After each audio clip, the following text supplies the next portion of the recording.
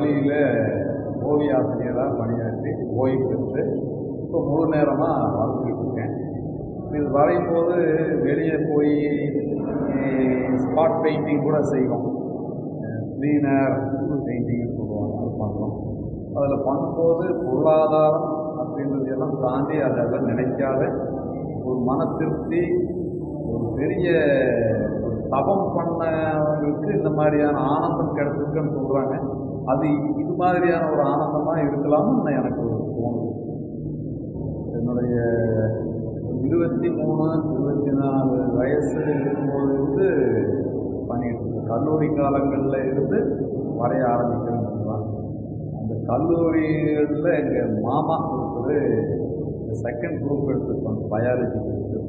அதுக்கு என்னை படம் வரைச்சி கொடுத்துருப்பாங்க ரெக்கார்டு நோட்டில். அப்போ ஆரம்பித்தது என்னால் பிடிச்சிருச்சு.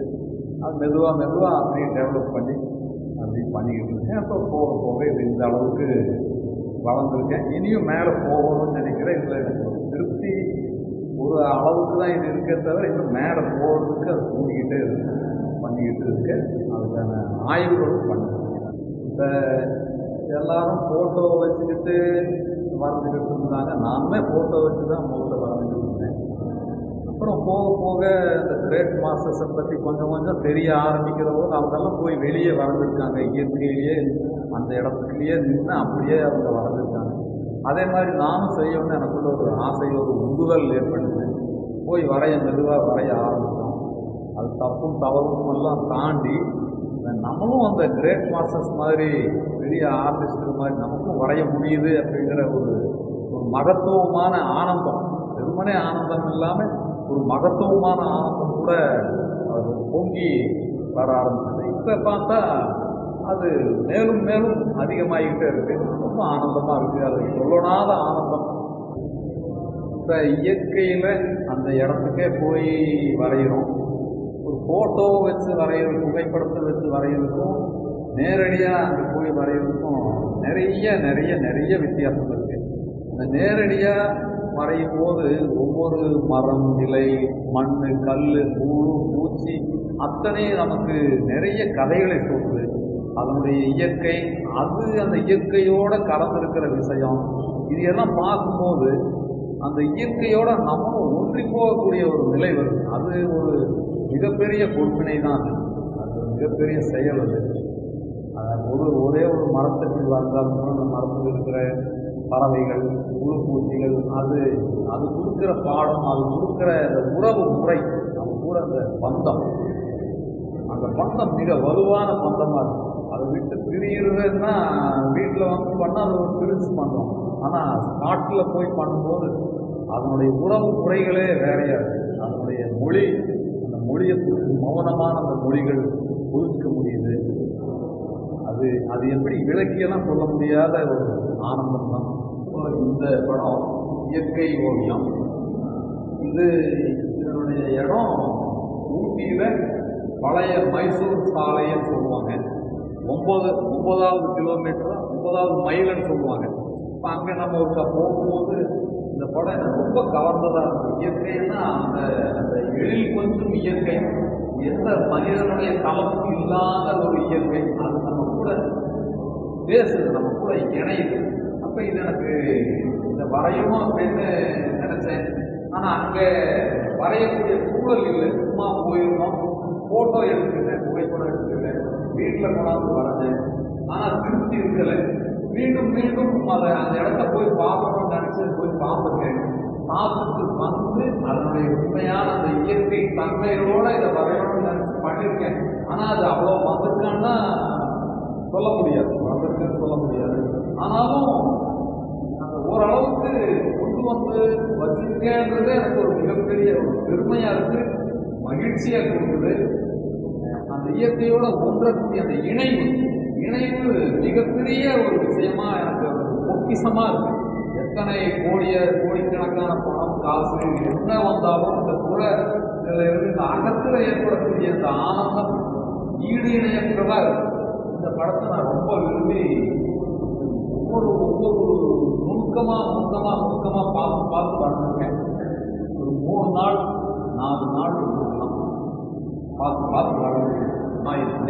நெய் ஓவியம், நெய் வண்ண ஓவியம், ஆயில் கலர் வரைஞ்சிருக்கேன். அந்த கலரையும் தாண்டி, அந்த ஸ்ட்ரக்சரையும் தாண்டி, இதில் இருக்கிற ஒரு அப்ஸ்ட்ராக்டிவ் குவாலிட்டி, அது மறைமுகமா ஹிடன் குவாலிட்டியே சொல்லுவாங்க. அப்போ அந்த குவாலிட்டியை நம்ம இதுதான் சொல்லி வரையறை செய்ய முடியாது.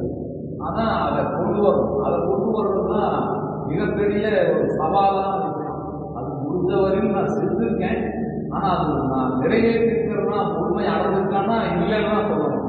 அது உண்மை எந்த காலத்துக்கும் எந்த ஒரு கலைஞனுக்கும் அது உண்மை அடையாதுன்னு நான் நினைக்கிறேன். ஆனாலும் அது மேலே மேலே பயணம் போய்கிட்டே இருப்பாங்க. அதனாலதான் கலை வளர்ந்துகிட்டே இருக்கு. கலைன்னு சொன்னாவே வளர்தல் தான் பேரு. அதனாலதான் எவ்வளோ பெரிய ஓவியனா இருந்தாலும் கூட இன்னும் வரைஞ்சுக்கிட்டு திருப்தியாகாம வரைஞ்சுக்கிட்டே தான் இருக்காங்க. ஒரு படத்தையே 20 தரம் 30 தரம் வரைஞ்ச ஆர்டிஸ்டுகள் கூட இருக்காங்க. அப்படின்னா அவங்களுக்கு அது திருப்தி ஆகலை. அந்த பயணம் தொடர்ந்து போய்கிட்டே இருக்கு. போக திகிட்டாத இன்பமா அது கொடுத்துக்கிட்டே இருக்கு. இதுதான் ஆர்டிஸ்டுக்கும் சாதாரணமா மற்ற இருக்கிறவங்களுக்கும் ஒரு மிகப்பெரிய வேறுபாடுன்னு நான் நினைக்கிறேன். நான் முழுமையான இயல்பு ஓவியம், அதாவது இயற்கை ஓவியம் அது பண்ணிட்டு இது மாதிரி பண்ணியிருக்கேன். இப்போ இதில் இருக்கிற இந்த மாடு ஜல்லிக்கட்டு மாடாட்ட நிற்கிற இந்த படங்களை பண்ணியிருக்கேன். ஆனால் உண்மையிலேயே ஒரு மாடு இப்படி இருக்குமா, இந்த சூழல் இப்படி இருக்குமானா இல்லை. அப்புறம் இது ஏன் இப்படி பண்ணியிருக்கேன்னா, அந்த மாட்டினுடைய அந்த எருதனுடைய கோபம், அதனுடைய வீரியம், இதை காட்டும் போது இயற்கையில வரையும் போது இதை வெளிப்படுத்துறது ரொம்ப சிரமமான ஒரு விஷயம். அது இயற்கை ஓவியம் அப்படி செய்யும் போது, அதாவது அந்த இயல்பு ஓவியம், அந்த இயல்பு ஓவியத்தை செய்யும் போது இந்த உணர்வுகளை வெளிப்பாடு குறைவாக இருக்கும். அது என்னதான் இருந்தாலும் அந்த இயல்பு நிலை ஓவியத்தில் கொண்டு வரவே முடியாது. இது மாதிரியான கற்பனை நமக்கு இயல்பு நிலையை மீறி அந்த விதிகளை உடைச்சு பண்ணும்போது அந்த எக்ஸ்ட்ராடினரி எக்ஸக்ரேஷன், மிகைப்படுத்துதல், அப்படி பண்ணும்போது தான் அதனுடைய அந்த ஹிடன் குவாலிட்டி, மறைபொருளாக இருக்கக்கூடிய அந்த அப்ஸ்ட்ராக்டிவ் குவாலிட்டியை சொல்லக்கூடிய அந்த விஷயம், அந்த ஃபீலிங், அந்த உணர்வு, கோபத்தினுடைய வெளிப்பாடு, இது மாதிரி அதிகப்படியாக நம்ம பண்ணும்போது தான் வெளிப்படுத்த முடியும். இப்படிதான் அந்த கார்ட்டூன், ஏரி ஓவியங்கள், கார்ட்டூன், கேரி கேச்சிங் இதெல்லாம் வர்றது இதனுடைய அடிப்படையில் உணர்வுகளை வெளிப்படுத்துறதுக்கான ஒரு வழிவகை தான் இந்த மாதிரியான ஓவியங்கள். கண்டிப்பா இதுல தான் அதை செய்ய முடியும். இயல்நிலை ஓவியத்தில் செய்யவே முடியாது. என்ன பண்ணாலும் அந்த கலர், அந்த ஸ்ட்ரக்சர், அந்த சூழல் அதுதான் இருக்குமே தவிர அது வெளிப்படுத்தக்கூடிய உணர்வுகளை பிரதிபலிக்க முடியாது. இது முழுக்க அந்த உணர்வுக்கான ஒரு ஓவியம். மாடி இருக்கின்றதுக்காக அதனுடைய உணர்வுகளை வெளிப்படுத்தக்கூடிய ஒரு படமா நான் நினைச்சு இதை பண்ணியிருக்கேன். ஒரு சோதனை ஓட்டமா நான் பண்ணியிருக்கேன். எனக்கு நான் பண்ணியிருக்கேன். இது மாதிரி எத்தனையோ பேர் பண்ணியிருக்காங்க. எனக்கு நான் பண்ணணும் இல்லையா, அதனால எனக்கு முடிஞ்ச வரையிலும் நான் அதை முயற்சி பண்ணியிருக்கேன். இப்போ என்னுடைய இந்த ஓவிய பயணம் ஆரம்ப காலங்களில் தவறுமாக புகைப்படங்களையோ வேற ஒரு படங்களையோ பார்த்து அப்படியே காப்பி பண்ணுறது, அப்படி பண்ணி கொஞ்சம் நம்ம அந்த இயல்நிலை ஓவியத்தை ஸ்பாட்லேயே போய் வரையுது. அதுக்கு பிறகு உணர்வுகளை எப்படி வெளிப்படுத்துறது, அதனுடைய முழு வீச்சத்தை எப்படி காட்டுறதுன்றதுக்காக அந்த மாதிரியான முன்னால் காட்டின அந்த ஓவியங்கள் வரைஞ்சேன். அதுக்கு பிறகு இந்த கோடு ஓவியங்கள் வரையும் போது வெறுமனே கோடுகள் மட்டும்தான் இருக்கு. அந்த கோடுகளை தாண்டிய ஸ்பேஸ், இந்த வெளி வெட்ட வெளியே சொல்லக்கூடிய ஸ்பேஸ் இருக்கு, கோடுகள். இது ஏன்னு சொன்னா, இந்த கோடுகள் வெறுமனே உங்களை அந்த அந்த படம் சொல்லக்கூடிய அந்த விஷயத்துக்கு உங்களை ஆழ்த்து, அதனுடைய ஆழத்துக்கு கொண்டு போயிடும். கலர், ஸ்ட்ரக்சர், கிராமர், இது மாதிரியான இலக்கணங்கள், இயல் நிலையில் இருக்கக்கூடிய அந்த இலக்கணங்களை எல்லாம் தாண்டி முழுக்க உணர்வும், அது நம்ம மௌனிச்சு நிற்கக்கூடிய அந்த உணர்வுகள், மௌனத்துல அது காட்டக்கூடிய அந்த உணர்வு வெறும் கோடுகள்ல நிறைய பிரதிபலிக்க ஆரம்பிக்கும். அது பார்க்கிறவங்களை அந்த ஆழத்துக்கு கொண்டு போயிடும். மற்ற படங்கள் வண்ணங்களோட சேர்ந்து இருக்கிற படங்கள், ஸ்ட்ரக்சர் இலக்கணப்படி பண்ணக்கூடிய படங்கள், உங்களுக்கு அந்த இலக்கணங்கள் தவறு, இந்த இடம் இது தவறு, கலர் இந்த இடம் இப்படி வாங்கணும் அப்படியெல்லாம் இல்லாதது இந்த படத்துல அதையெல்லாம் தாண்டி முழுக்க முழுக்க அந்த உணர்வு. இந்த வயதான மனிதர் தன்னுடைய ஆடு, அதுகள் கூட இருக்கக்கூடிய அந்த உணவு, அவர் அந்த தனிமையில அந்த மேய்க்கிற இடம், இதுக்கெல்லாம் எவ்வளவு ஒரு ஆழத்துக்கு நம்மளை கொண்டு போகுதுன்னா, மிக நம்ம அக்கால மனிதனுடைய உணர்வுகளை தூண்டிவிடக்கூடிய அளவுக்கு இது கொண்டு போயிருக்கு. இது ஒரு வகையான என்னுடைய எக்ஸ்பிரஷன் சொல்லலாம். நான் முயற்சி பண்ணி செஞ்சேன். நிறைய பேர் செஞ்சிருந்தாலும் என்னுடைய உணர்வுகளை நான் எப்படி வெளிப்படுத்தினேன், என்னுடைய அளவில் எனக்கு தெரிஞ்ச அளவில் நான் வெளிப்படுத்தினேன்.